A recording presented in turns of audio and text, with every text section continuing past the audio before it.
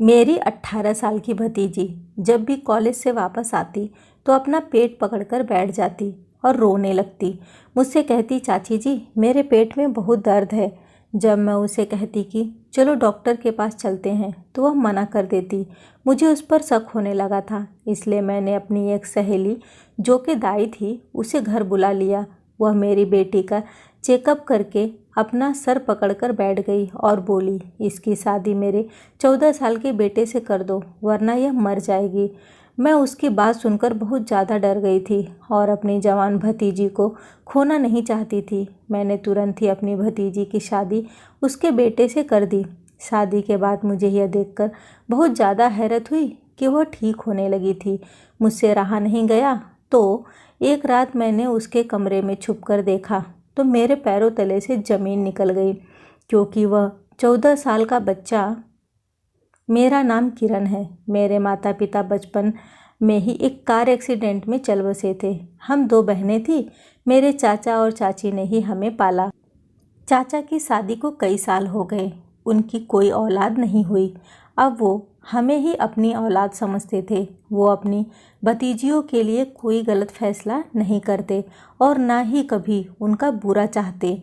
उनकी तो हमेशा यही कोशिश रहती है कि वह अपनी भतीजियों के लिए अच्छे से अच्छा करे। उनकी भतीजियाँ हमेशा अपनी ज़िंदगी में खुश रहे, लेकिन कभी कभी अच्छी परवरिश के बाद भी बच्चियाँ गलत निकल जाती हैं। मेरी भतीजी की ज़िंदगी की कहानी मेरे अतीत से जुड़ी हुई है। मुझे लगता था कि अब सब कुछ ठीक हो गया है, पर ऐसा नहीं था। हमारा अतीत कभी कभी सालों बाद भी हमारे आगे आ जाता है।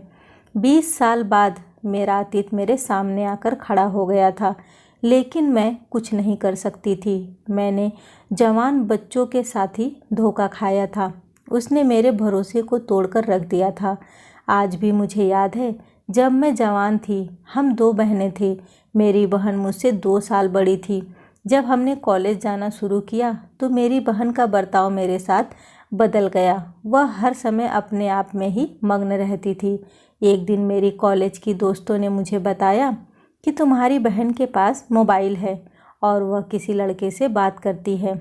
मैंने उसकी बात पर भरोसा नहीं किया। समय बीतता गया। मेरी बहन रात को सबके सो जाने के बाद छुपकर छत पर चली जाती थी। आजकल वह बहुत खुश रहने लगी थी। जब मैंने उससे इस सब की वजह पूछी तो उसने मुझसे कहा कि ऐसी कोई बात नहीं है, बस कॉलेज ख़त्म होने वाले हैं, इसलिए मुझे बहुत खुशी होती है कि मेरी इस पढ़ाई से जान छूट जाएगी। मैंने उससे कहा कि तुम्हें तो आगे पढ़ना था, तुम्हारा तो सपना था, तुम पढ़ लिख कर कुछ बनना चाहती थी। लेकिन जवाब में उसने मुझसे कहा, समय के साथ साथ इंसान के सपने और सोच बदलती रहती है। एक दिन मेरी चाची जी मेरा बेड साफ़ कर रही थी तो उन्हें मेरे बिस्तर से मोबाइल मिला। वह मुझसे पूछने लगी कि यह मोबाइल किसका है। मैंने अपनी चाची से कहा कि मुझे नहीं पता यह मोबाइल किसका है, और कहा कैसे आया है। मेरी बहन बोली कि चाची जी यह झूठ बोल रही है, यह इसका ही मोबाइल है। मैंने खुद यह मोबाइल इसके पास देखा था। मेरी चाची ने मुझे ज़ोर से थप्पड़ मारा और वह मोबाइल उसी समय तोड़ दिया। मेरी बहन यह सब कुछ देखकर हंसने लगी। मुझे अब समझ में आया था कि मेरी बहन अपना मोबाइल मेरे पास छुपाती थी ताकि जब मैं उस मोबाइल को ढूंढने की कोशिश करूं तो वह मुझे ना मिले। और एक बार ऐसा ही हुआ था। इसके बाद चाची ने मेरा कॉलेज जाना बंद कर दिया और मुझ पर नज़र रखने लगी। जब चाचा जी ने पूछा कि मैं कॉलेज क्यों नहीं जा रही तो चाची जी ने उनसे कह दिया, एग्ज़ाम होने वाले हैं तो यह घर पर रहकर ही तैयारी कर रही है, आप परेशान ना हो, मैं सब देख लूँगी। एक दिन चाचा जी ने कहा, मेरा दोस्त चाहता है कि हम अब अपने बच्चों की शादी कर दें, वो बड़े हो गए हैं।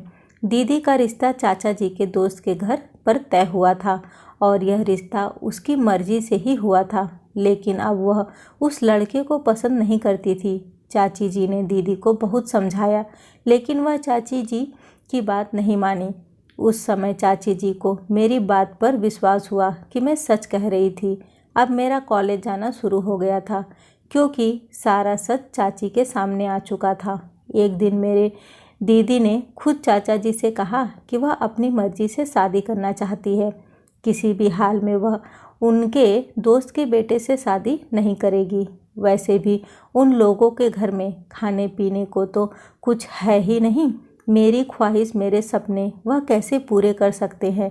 चाचा जी ने कहा कि मैं अपने दोस्त को जुबान दे चुका हूँ और अब तो सौरभ की भी नौकरी लगने वाली है, और वैसे भी जो कुछ मेरे पास है वह सब तुम दोनों बहनों का ही है। मैंने कौन सा अपने साथ लेकर जाने वाला हूँ। अब मैं तुमसे इस बारे में कोई बात नहीं करना चाहता। लेकिन दीदी भी अपनी जिद पर अड़ी रही। कहने लगी कि अगर आप लोगों ने मेरे साथ ज़बरदस्ती की तो मैं खुदकुशी कर लूँगी, लेकिन किसी भी हाल में सौरभ से शादी नहीं करूँगी। दीदी की बात सुनकर मेरी चाची जी बहुत ज़्यादा परेशान हुई। चाचा जी के दोस्त भी शादी के लिए जल्दी कर रहे थे, क्योंकि उनकी तबीयत ठीक नहीं रहती थी। वह चाहते थे कि अपनी आंखें बंद होने से पहले वह अपने बेटे की शादी कर दे, लेकिन दीदी मानने को तैयार ही नहीं थी। एक दिन दीदी कहने लगी कि मैं सौरभ से कुछ बात करने जा रही हूँ। चाची जी ने कहा, किरण को अपने साथ ले जाओ। दीदी कहने लगी कि आखिर कब तक मुझे आप यहाँ कैद करके रखेंगे। आप बेफिक्र रहे, मैं घर से भाग नहीं रही हूँ। यह कहकर वो घर से चली गई और शाम को वापस आई। जब वो वापस आई तो बहुत खुश थी। मेरी चाची जी भी उन्हें देखकर खुश हो गई और सोच रही थी कि शायद सौरभ ने उन्हें शादी के लिए मना लिया होगा, क्योंकि सौरभ भी दीदी को पसंद करते थे। पर इस बात से सब लोग अनजान थे कि उनकी भतीजी, जिसे उन्होंने बहुत लाड प्यार से पाला था और कभी भी किसी बात की कोई पाबंदी नहीं लगाई थी, वह उनकी इज्जत को मिट्टी में मिलाने जा रही है। बेटियां तो घर की इज्जत और मान होती हैं और अपने घर की इज्जत की खातिर अपनी जान भी दे देती हैं, पर कुछ बेटियां ऐसी भी होती हैं जो कुछ दिन की मोहब्बत के लिए अपने घर वालों की इज्जत को अपने पैरों तले रौंद देती हैं, और वह यह भी नहीं सोचती कि उनके बड़ों ने अपनी सारी ज़िंदगी उनकी परवरिश में गुजार दी। हम सब लोग सोच रहे थे कि मेरी दीदी सौरभ अपने मंगेतर से मिलने जाती है, लेकिन चाचा जी को यह बात नहीं पता थी, क्योंकि यह बात इस समय बहुत गलत समझी जाती थी। एक दिन जब मैं कॉलेज से वापस आ रही थी तो मैंने दीदी को एक लड़के के साथ बाइक पर जाते देखा। मैंने सोचा कि हो सकता है वह सौरभ हो, लेकिन जब मैं घर पर आई तो अंकल और सौरभ तो हमारे घर पर ही बैठे थे। चाची जी को भी अब पता चल चुका था कि दीदी उनसे झूठ बोल रही है। चाची जी ने अपनी इज्जत के खातिर अंकल से झूठ बोल दिया कि दीदी दोस्त के घर गई है। दीदी के पास अब मोबाइल भी था और उन्होंने हमें बताया था कि यह मोबाइल उनके मंगेतर ने दिया है। उस दिन भी वह घर पर नहीं थी। मैं समझ गई कि वह अब कभी भी सच नहीं बोल सकती। वह जो भी कर रही थी सब कुछ गलत था, लेकिन अभी उन्हें समझ नहीं आ रहा था। सौरभ पढ़े लिखे थे और उन्हें एक अच्छी नौकरी मिलने वाली थी। चाचा के दोस्त के घर के हालात कुछ अच्छे नहीं थे, वह बीमार भी रहते थे। आज वो लोग हमारे घर शादी की डेट फिक्स करने आए थे। चाचा चाची ने उन्हें 1 महीने के बाद की तारीख दे दी थी। दीदी घर पर आई तो सबको देखकर हैरान हो गई। आंटी उठी और प्यार से उनके सर पर हाथ रखने लगी और उनकी भलाई लेने लगी, लेकिन दीदी ने उनका हाथ झटक दिया और कमरे में चली गई। चाची जी ने उनसे कहा कि शर्मा गई होगी। मैं अपनी दीदी के कमरे में गई और उनको मिठाई खिलाने लगी तो उन्होंने प्लेट फेंक दी और चीख कर कहने लगी कि तुम लोगों ने मेरी ज़िंदगी का फैसला मुझसे पूछे बगैर कैसे कर दिया। तुम लोग ऐसा कैसे कर सकते हो। मेरे साथ किसी भी हाल में इस लड़के से शादी नहीं करूँगी। तुम में से कोई भी मेरे साथ ज़बरदस्ती नहीं कर सकता। मैंने दीदी से कहा कि तुम्हें क्या हो गया है, तुम क्यों सौरभ से शादी नहीं करना चाहती, क्या कमी है उसमें। तो कहने लगी कि अगर तुम्हें इतना पसंद है तो तुम ही उससे शादी कर लो, लेकिन मेरा पीछा छोड़ दो। मैंने उस दिन भी दीदी को बहुत ज़्यादा समझाया कि चाचा जी को आप पर बहुत मान है, वह आपसे बहुत प्यार करते हैं, तुमने जो भी कहा है हमेशा उन्होंने तुम्हारी बात मानी है। अब तुम उनके साथ ऐसा क्यों कर रही हो? क्या तुम्हें चाचा जी की इज्जत का जरा भी ख्याल नहीं है? तुम हमारे साथ ऐसा मत करो। चाची जी भी कमरे में आ गई और उनसे हाथ जोड़कर कहने लगी कि बेटी, कुछ तो हमारी इज्जत का ख्याल करो। तुम्हारे माता पिता के मौत के बाद तुम दोनों बहनों को क्या इसी दिन के लिए पाल पोस कर बड़ा किया है? बेटी, यह शादी कर लो, नहीं तो हमारी बहुत बेइज्जती होगी। लेकिन दीदी ने किसी की नहीं सुनी और अपने कमरे में चली गई।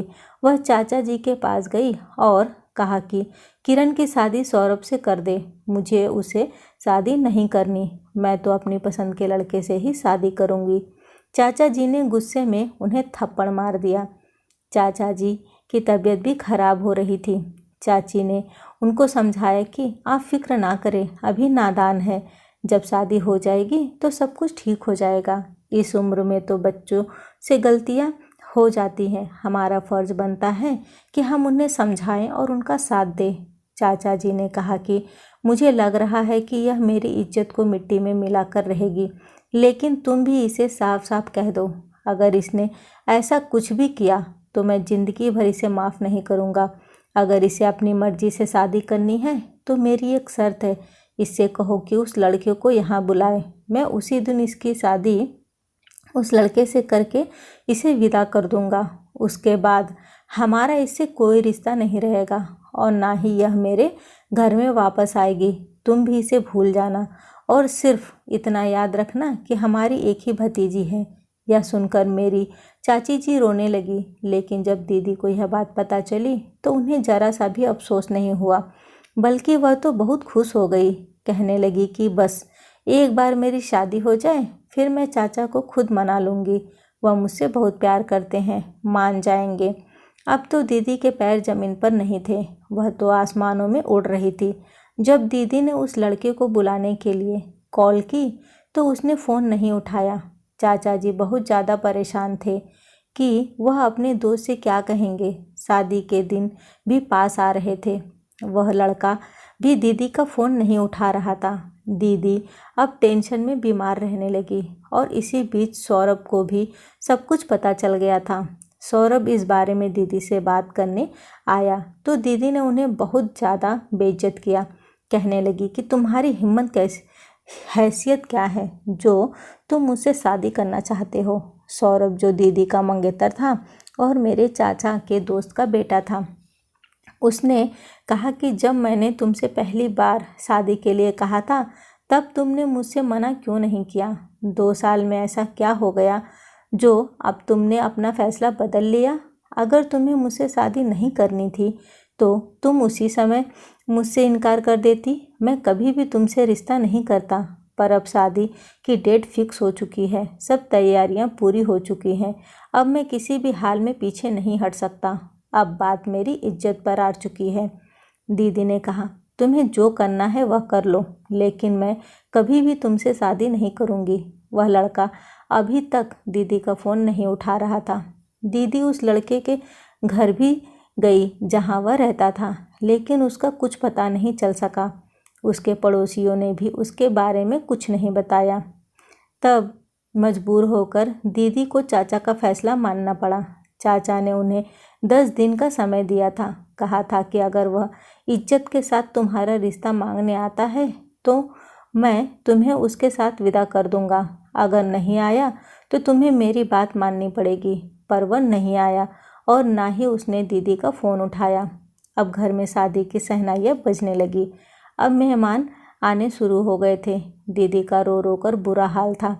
चाचा चाची ने उन्हें बहुत समझाया कि हम कभी भी अपनी बच्चों के लिए कोई गलत फैसला नहीं करेंगे। सौरभ एक बहुत अच्छा लड़का है और वह तुम्हें बहुत खुश रखेगा। अगर जिससे तुम मोहब्बत करती हो वह लड़का सच्चा होता तो जिस दिन उसे तुम्हारे रिश्ते के बारे में पता चला था उसी दिन वह तुमसे मुझसे बात करने आता, पर उसे सिर्फ तुमसे दिल लगी करनी थी। वह धोखेबाज था, लेकिन दीदी तो उसकी मोहब्बत में अंधी हो चुकी थी। वह सिर्फ अपना ही सोच रही थी। दीदी ने तो वैसे भी शुरू से बस अपना ही सोचा था। उनकी वजह से क्या कुछ हो जाएगा, किसी को भी खबर नहीं थी। दीदी की शादी से कुछ दिन पहले मेरा एक रिश्ता आया।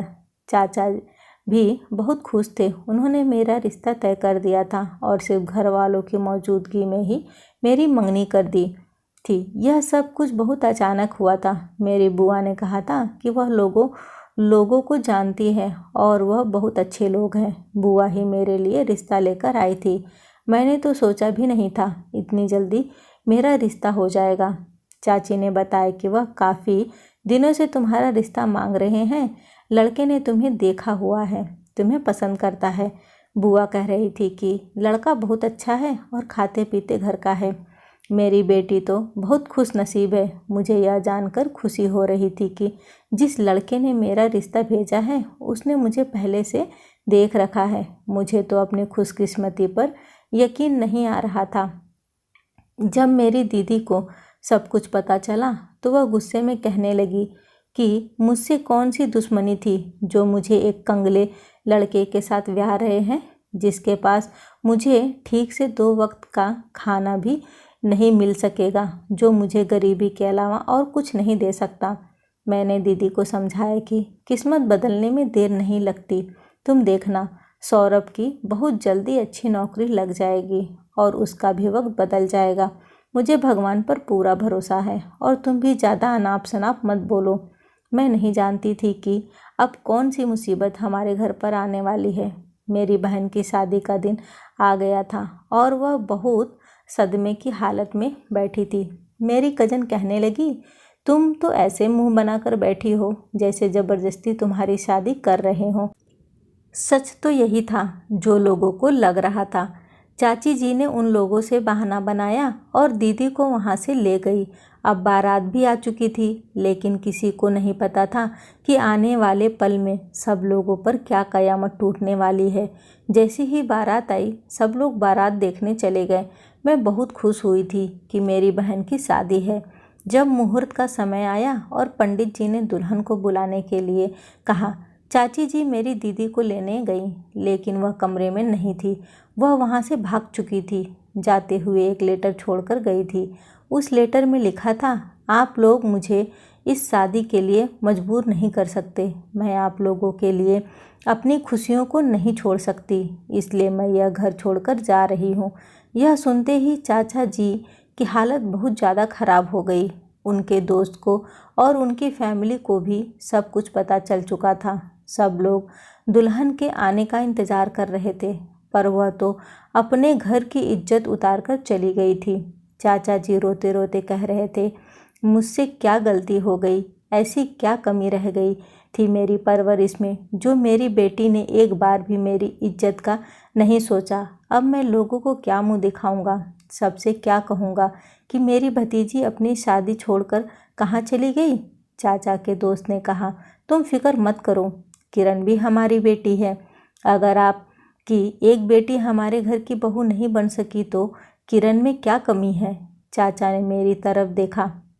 मुझे उनकी आंखों में एक उम्मीद दिखाई दी थी। यह सुनकर मैं अपनी चाची के गले लगकर रोने लगी।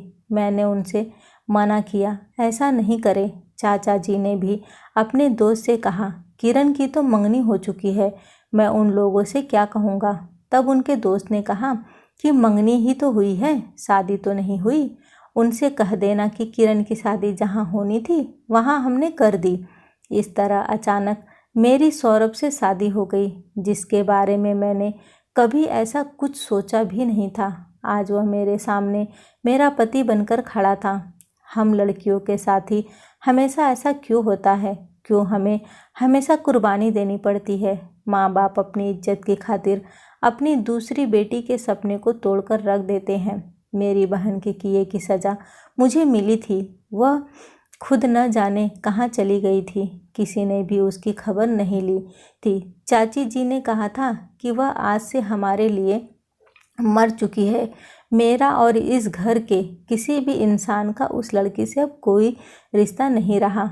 मैं अपने चाचा चाची की दुआओं से विदा होकर अपनी ससुराल चली गई, लेकिन अभी मेरा इम्तहान ख़त्म नहीं हुआ था। जिंदगी भी उन्हीं लोगों का बार बार इम्तहान लेती है जो पहले से बिखरे हुए हो। चाची ने मुझे समझाया था कि सब कुछ भूलकर अब तुम्हें इस रिश्ते को निभाना है, क्योंकि अब से वही तुम्हारा घर है। लेकिन एक लड़की का कभी अपना घर नहीं होता, वह तो हमेशा एक जगह से दूसरी जगह जाती रहती है। सारी उम्र माँ बाप के घर पर यही बात सुनती है कि पराया धन है, कल को तुम्हें अपने घर जाना है। और जब शादी हुई तो सास कह रही थी, यह घर तुम्हारा अपना नहीं है, क्योंकि मेरे बेटे ने तुमसे मजबूरी में शादी की है। यह बातें मुझसे मेरी सास कह रही थी।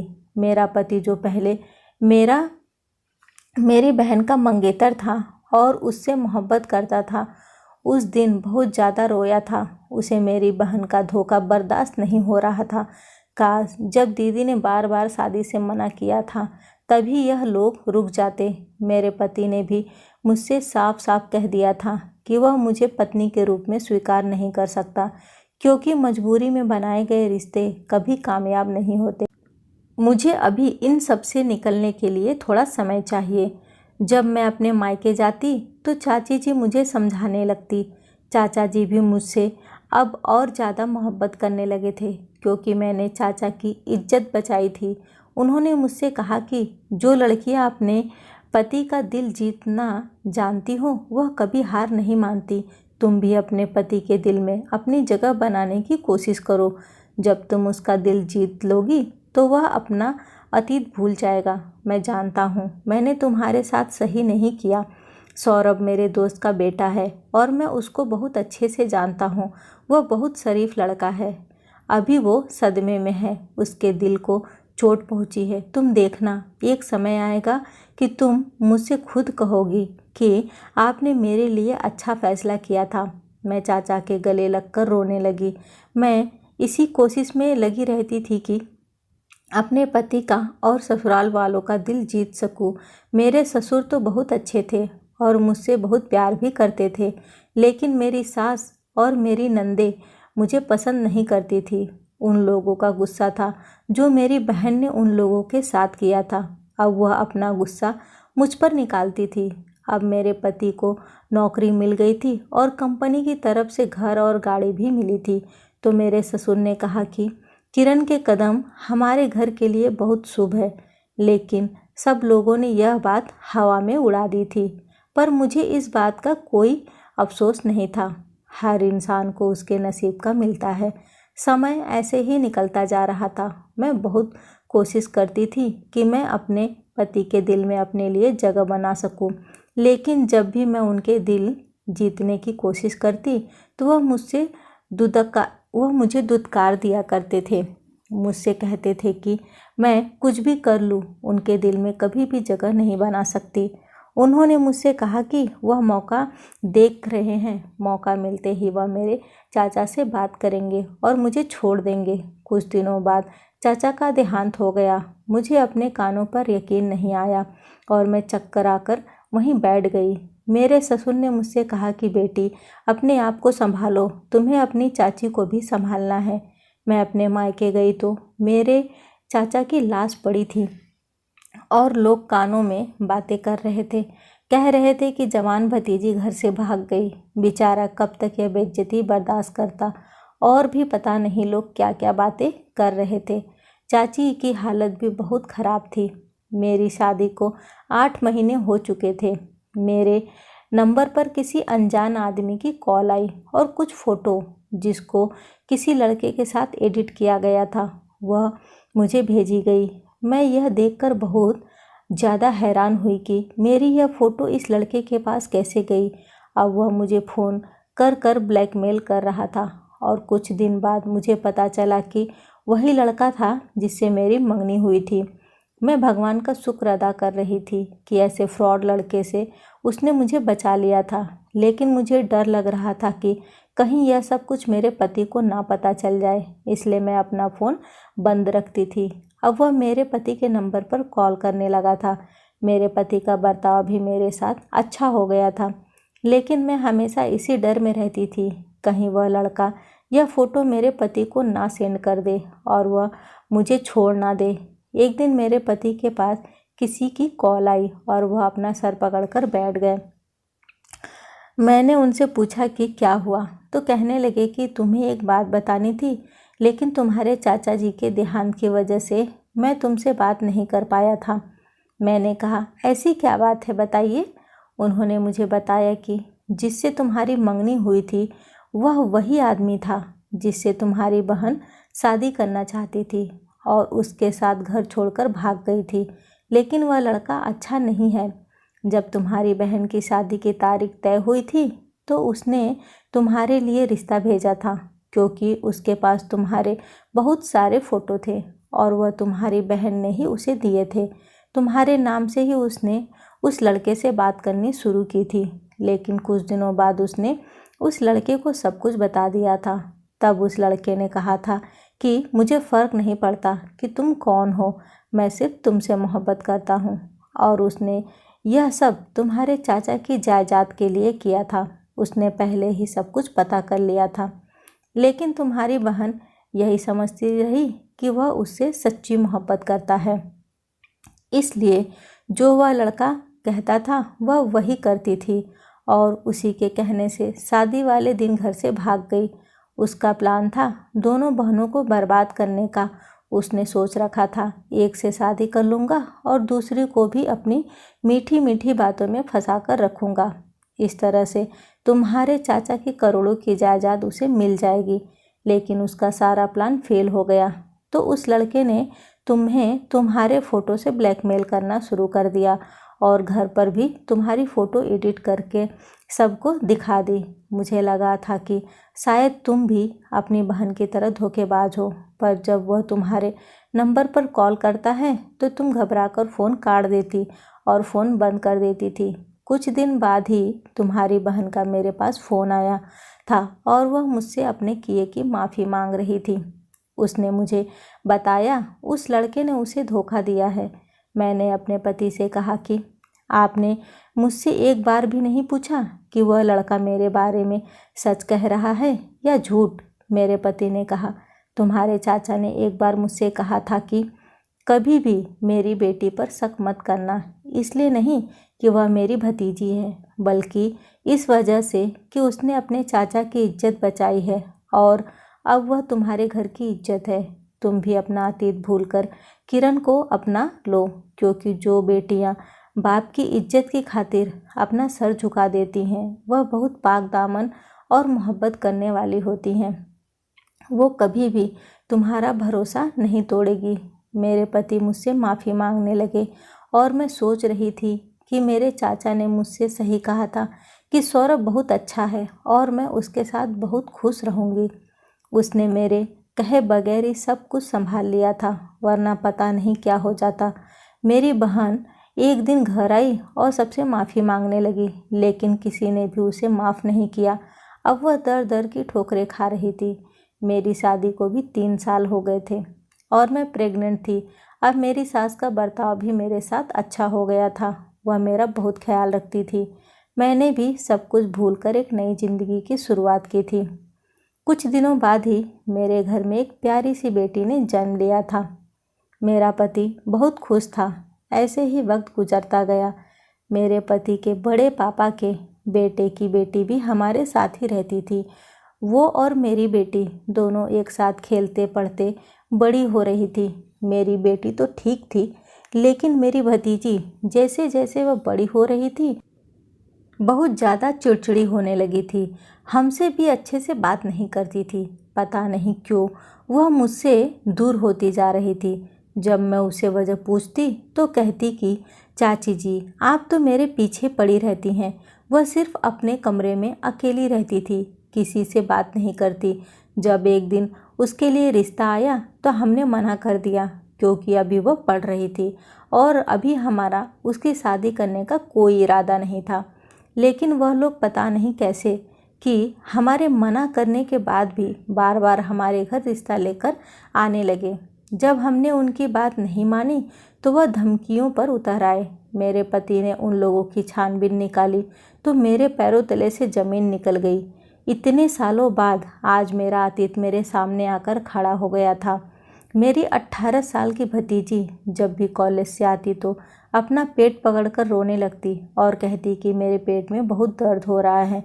जब मैं उससे कहती कि चलो डॉक्टर के चलते हैं तो वह मना कर देती। इसलिए मैंने सोचा कि मेरी एक सहेली जो दाई थी उसे बुलाकर चेकअप करवा लेती हूँ। जब मेरी सहेली ने उसका चेकअप किया तो वह सर पकड़कर बैठ गई और मुझसे कहने लगी, अपनी भतीजी की शादी आज ही मेरे 14 साल के बेटे से करवा दो, वह मर जाएगी। मैं बहुत ज़्यादा डर गई थी, इसलिए उसकी शादी उसी दिन कर दी।